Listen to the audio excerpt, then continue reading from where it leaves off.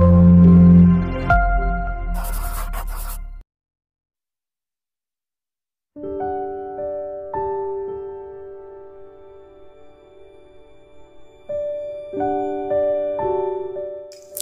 membentuk iman yang benar? Jadi keimanan ini diasumsikan sebagai fondasi dan sandaran awal setiap manusia.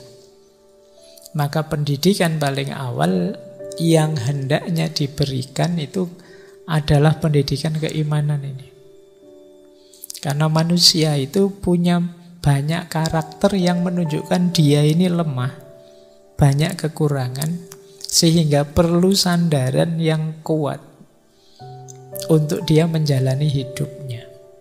Kalau orang beragama, ya sandaran itu agamanya dan keimanannya. Kalau orang yang tidak beragama, Pak, ya macam-macam. Tapi pasti dia perlu sandaran, perlu pijakan. Nah, kita yang beragama ya punya sandaran yang paten, yaitu keimanan. Maka pendidikan awal paling dasar itu ya pendidikan keimanan. Kata Syekh Nasih Ulwan, begitu anak balik itu usia tamyiz. Saya tidak tahu teman-teman baliknya usia berapa ya. Kalau di kitab-kitab itu ada yang bilang 7, ada yang bilang sampai 12. Tapi anak SD hari ini beda dengan zaman saya dulu. SD hari ini saya kemarin baca beberapa berita-berita itu ada yang sudah kenal lawan jenis, ada yang sudah bikin postingan aneh-aneh. Itu mungkin para ahli fikih perlu merumuskan fikih baru, batasnya anak balik hari ini apa. Kalau di desa sih gampang, pokoknya sudah sunat itu berarti dianggap balik, itu sudah. Oke, ya kalau sunatnya usia 20 tahun nanti tidak balik-balik sampai 20. Nah, tapi begitu dia mumayyiz, istilahnya tamyiz kalau dalam fikih, tamyiz atau mumayyiz itu berarti dia sudah bisa membedakan benar salah. Pikirannya sudah jalan.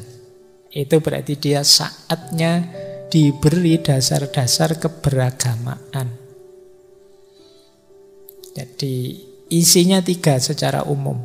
Yang pertama akhlak, yang kedua ubudiyah, peribadatan ritual, dan yang ketiga kesadaran keberagamaan. Ini untuk pendidikan keimanan. Nah, ada beberapa teknik dari Syekh Nasih Ulwan untuk penanaman keimanan sejak anak dini ini. Jadi ada beberapa tahapan kata beliau. Yang paling awal apa? Ya ketika anak ini pikirannya belum jalan, kecerdasannya belum utuh, sudahlah kita perdengarkan saja kalimat-kalimat yang baik. Sampai dia, kan anak kecil kadang-kadang kan bisanya hanya niru, mendengar dan niru, tidak masalah, itu menanamkan keimanan dalam diri mereka. Ya termasuk di situ disebut kalimat la ilaha illallah, atau yang kalau punya anak begitu lahir diperdengarkan adzan misalnya. Awas keliru takbiran kayak di anu itu. Ya, berarti yang cowok-cowok harus latihan adzan loh ya. Awas keliru. Ya sendirian. Cobalah kalau berani kamu adzan. Saya dulu pernah waktu KKN itu punya teman yang adzan siapa, cuma begitu diminta adzan groginya luar biasa. Harusnya keluar awal itu Allahu Akbar, Bismillah, dia keras sekali. Harusnya Allahu Akbar dimana Bismillah gitu. Jadi jangan dikira enteng ya kamu sekedar hafal. Nah, jadi internalisasi awal itu ya perdengarkan saja. Dia hafal, alhamdulillah. Tidak hafal, tidak apa-apa, masih kecil, jangan dipaksa. Perdengarkan terus kalimat-kalimat thayyibah. Jadi anak-anak usia itu ya tajam-tajamnya ingatannya. Biarlah yang banyak jadi koleksi di kepalanya itu kalimat-kalimat thayyibah. Jadi biar ndak lagu-lagu TikTok apa yang apalah itu. Yes, jangan keras-keras kau nyetel yang gitu-gitu, ada adikmu, ada yang baik-baik, yang thayyibah, yang bisa dihafalkan di memorinya. Mereka masih hanya bisa menghafal. Nanti kalau sudah mulai usianya bertambah, level selanjutnya adalah nuntun mereka, menunjukkan pada mereka ini boleh, kalau itu tidak boleh. Jadi ya kalau bahasa fikihnya yang halal dan yang haram. Jadi tahap kedua, setelah memperdengarkan, akalnya mulai jalan, tunjukkan, kalau ini boleh, itu tidak boleh bohong, ini jujur boleh. Ini nggak boleh menyakiti teman ya. Ini bersahabat bagus. Kenalkan yang boleh dan tidak boleh. Yo nanti dia akan mengalami banyak momen. Kalau ketika haram tunjukkan ini nggak boleh nak. Kalau ini boleh bagus. Terus kalau sudah boleh naik level satu lagi, baru diajak melakukan ibadah. Diajak sholat ke masjid, diajari puasa meskipun 1/4 hari, setengah hari, 3/4 hari, atau puasa 1 jam, 2 jam awal, wong masih kecil, tidak masalah. Itu tahap selanjutnya. Jadi tidak di shortcut tiba-tiba ke situ. Jadi setelah dia punya kesadaran, ingatan tentang kalimat thayyibah, dia sedikit-sedikit ngerti mana boleh tidak boleh, terus diajak ibadah. Kemudian kalau itu juga masuk, terus di baru model pendidikan akhlak. Ditunjukkan teladan dari Rasulullah, kemudian mungkin diajak baca Quran dan lain sebagainya. Jadi ini tahapan-tahapan, kata Syekh Nasih Ulwan, untuk menginternalisasi nilai keimanan. Pelan-pelan. Tidak tiba-tiba secara banyak diajak, ayo dek sholat tahajud bareng, yuk dek sholat duha bareng, ya ndak nutut. Ya sholat pun ya mungkin masih ikut-ikutan boleh, jangan sering dimarahi. Nah, jadi diawali dari memperdengarkan. Loh, jangan dikira memperdengarkan itu simpel. Memperdengarkan itu akan teringat sampai besok dewasa. Saya itu banyak lagu-lagu, banyak ayat-ayat, banyak apa yang saya dengar waktu kecil. Ketika besar seperti ini, itu ketika lagu yang sama, ayat yang sama diperdengarkan, getarannya beda, rasanya beda. Kalian mungkin yang dari desa, dari kampung misalnya dulu, kalau di kampungmu sering dengar tetanggamu nyetel musik, siapalah, Rhoma Irama misalnya. Kalau di kampung kan biasanya sering lagu dangdut Rhoma Irama. Itu kan sekarang ketika kamu dengar itu kan terbayang kampungmu. Dulu ibu saya suka ini, Nasi Daria. Ini kan model-model gambus dan lain sebagainya. Atau Umi Kalsum dan lain sebagainya. Loh itu sekarang, meskipun saya tidak penggemarnya, tapi kalau mendengarkan lagu itu ada getaran tersendiri. Itu pentingnya memperdengarkan. Biarlah feeling dan passionnya mereka arahnya ke situ yang baik-baik. Ya tapi kalau kamu tiap hari yang kamu setel BTS, Blackpink, apa ya, nanti adikmu, anakmu waktu dewasa kalau dengar lagu itu terkesan dia, wah ibu saya dulu. Kalau ada musik ini jingkrak-jingkrak dia misalnya. Jadi yuk pelan-pelan ya ditanamkan keimanan. Wong kita orang beragama kan, ini basic yang paling dasar, paling penting. Kita lanjutkan. Kenapa sih penting, kata beliau, pendidikan keimanan ini membangun benteng sebenarnya.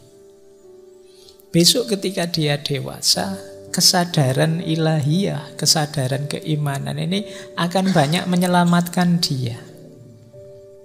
Kata Syekh Nasih Ulwan, kebiasaan religius dan kesadaran ilahiyah yang jadi dasar pikiran dan perilaku anak akan jadi benteng. dan menjauhkan dia dari sifat-sifat jelek, kebiasaan negatif, atau tradisi yang merusak. Jadi kalau sejak kecil dibiasakan yang religius, maka ketika nanti berhadapan dengan hal-hal yang nabrak norma agama, dia akan tidak nyaman. Dia akan merasa gelisah. Karena sejak kecil dibiasakan dengan agama, dengan keimanan. Ya meskipun saya bilang manusia itu bisa berubah ketika terjadi pembiasaan. Tapi kan sudah kita kawal sejak kecil dengan memasukkan nilai-nilai keagamaan ini. Jadi akan jadi benteng. Nah di kitab itu Syekh Nasih mencontohkan Syekh At-Tustari, seorang sufi yang kita kenal ya. Beliau ini dididik oleh pamannya namanya Syekh Muhammad bin Siwar.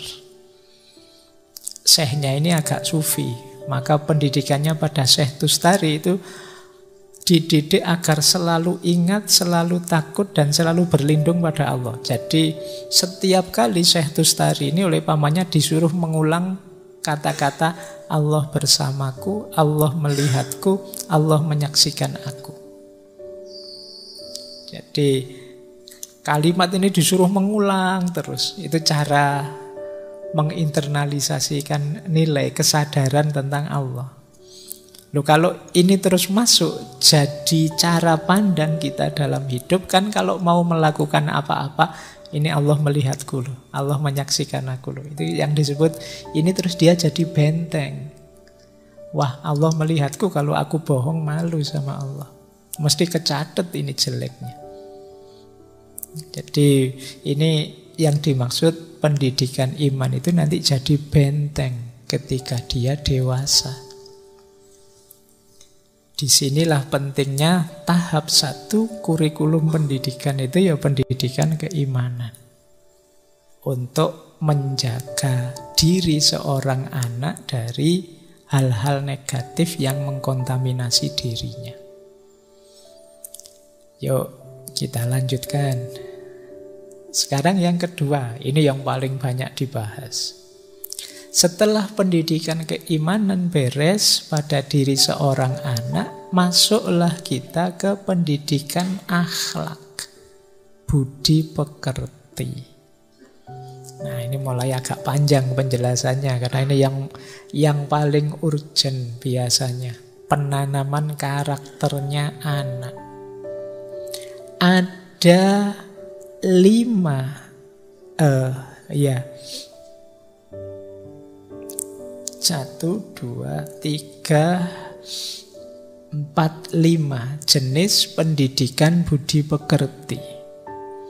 Kita bahas pelan-pelan, karena ini nanti banyak yang harus kita dalami. Mendidik akhlak itu seperti apa? Ada 5 cara. Cara pertama, ini yang disebut orang paling efektif. Mendidik dengan keteladanan. Tarbiyah bil qudwah. Kita contohkan saja di depan dia. Dia mesti niru kok. Ini namanya tarbiyah bil qudwah. Aplikasinya apa? Kata Syekh Ulwan, tarbiyah bil qudwah itu yang pertama dalam aspek keimanan. Sholat, ngaji, puasa, sedekah. Ini contohnya saja ya, semua aspek sebenarnya. Biar dia tiru. Kita marah-marah ke adik kita, anak kita malas sholat, ya kita yuk malas sholat. Kita marah-marah, jangan main HP tuh, kita tiap hari pegang HP. Kita marah-marah ke dia, kamu kalau ngomong jangan sembarangan, kita tiap hari ngomongnya ya sembarangan. Jadi pasti dia niru, karena anak kecil itu apalagi yang akalnya belum berkembang, yang bisa dia lakukan hanya niru. Yang kedua, aspek sikap dan kepribadian. Akhlak juga dia niru. Jujur, amanah, sabar, malu, itu mesti dia tiru. Kalau yang besar sering bohong, ya nanti adikmu, anakmu nanti akan menganggap kebohongan itu normal saja. Kalau kita sering curang di depan dia, dia akan menganggap kecurangan itu biasa. Nah, ini aplikasi kedua dari qudwah. Ayo hati-hati. Ya saya tahu teman-teman kadang-kadang ya kepepet melakukan yang jelek-jelek, tapi paling tidak jangan merusak generasi. Ya ndelik lah kalau melakukan yang jelek-jelek. Biar tidak ditiru mereka. Jadi seandainya ya sederhananya ya pakai bahasa kasar, kita rusak tidak apa-apa lah, tapi jangan merusak. Sembunyikan yang jelek-jelekmu, yang rusak-rusakmu di depan adikmu, anakmu.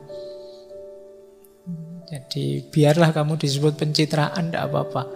Meskipun kamu kalau ketemu temanmu misuh-misuh, tapi kalau di rumah ya ketemu adikmu, anakmu ya astagfirullah, subhanallah gitu loh. Wes minimal tidak ngerusak generasi. Baik. Yang ketiga, perilaku adab pada sesama. Cara ngomong, sopan santun, bergaul yang baik, bermusyawarah. Jangan sampai dia melihat banyak tentang pertengkaran, kemarahan, ketidaksopanan, ketidakberadaban. Biarlah dia lihat yang positif-positif untuk ditiru. Jadi ini gaya pertama, mendidik budi pekerti. Meskipun gaya qudwah ini nanti silahkan direnungi, didiskusikan boleh. Kelebihannya memang mudah diterapkan. Kita tinggal melakukan, nanti mereka niru. Tapi ada kekurangannya. Kekurangannya apa? Ya karena lingkungan itu kan beragam isinya. Mungkin sama-sama bisa ditiru, saya niru bapak apa niru Pak D, bisa saja begitu. Kelihatannya sama-sama baiknya sih, kebaikan itu kan juga beragam.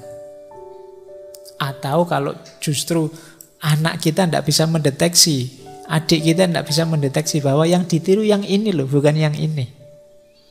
Nah, itu sering sampai di titik itu. Maka pinter-pinter ngatur strategi ketika kita memberi qudwah. Karena sering-sering kadang juga membingungkan. Loh, kalau di rumah kok begitu ya, tapi di rumahnya teman kok begini ya. Kalau di rumah kok cium tangannya begini, kalau di rumah teman malah dilarang sering-sering cium tangan misalnya, mungkin dengan alasan tertentu.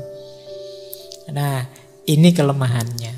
Yo kita tinggal ngatur strategi bagaimana caranya agar adik dan anak-anak kita tidak bingung. Terus yang kedua, selain dengan qudwah atau keteladanan, pendidikan juga bisa dengan pembiasaan. Tarbiyah bil adah. Ya, pembiasaan itu berarti kita ajak dia mengulang-ulang kebiasaan-kebiasaan baik.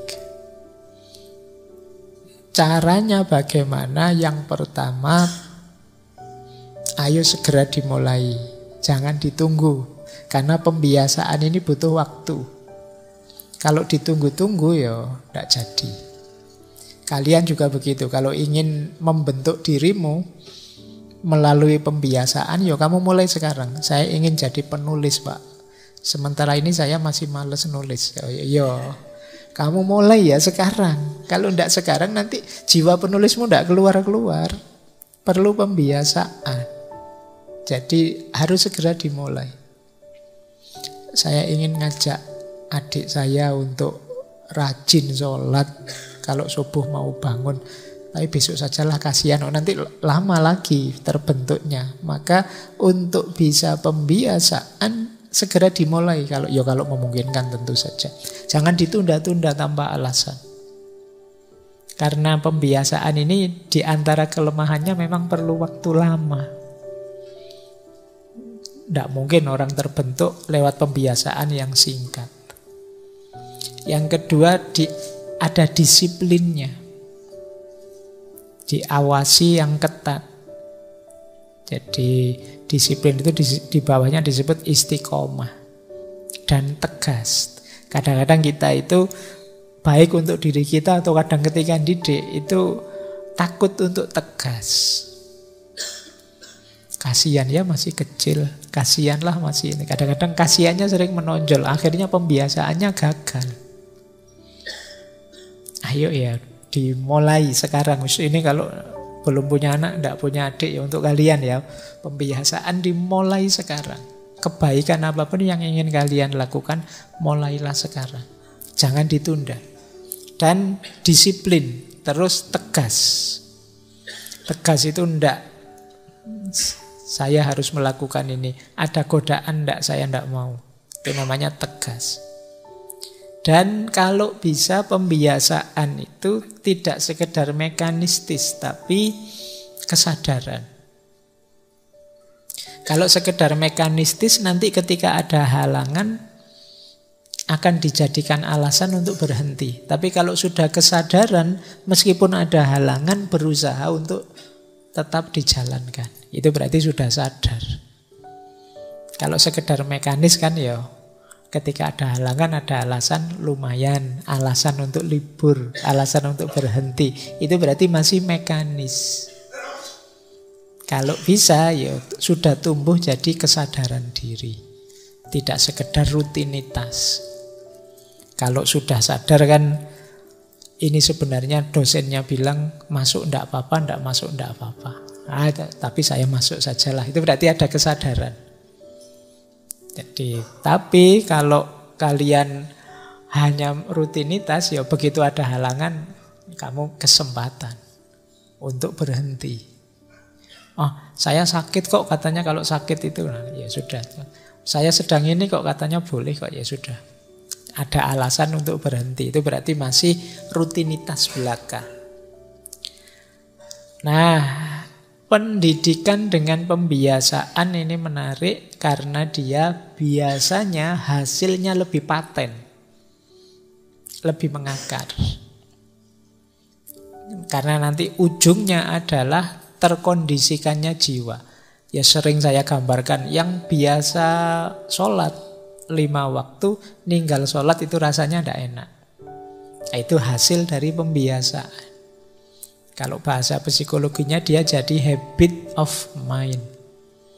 Jadi dia jadi habitnya nalarmu. Ketika ditinggal terus rasanya tidak enak. Ya meskipun ada kekurangannya tadi, yaitu perlu waktu lama untuk menanamkan yang paten ini. Jadi ini pendidikan akhlak jalan kedua.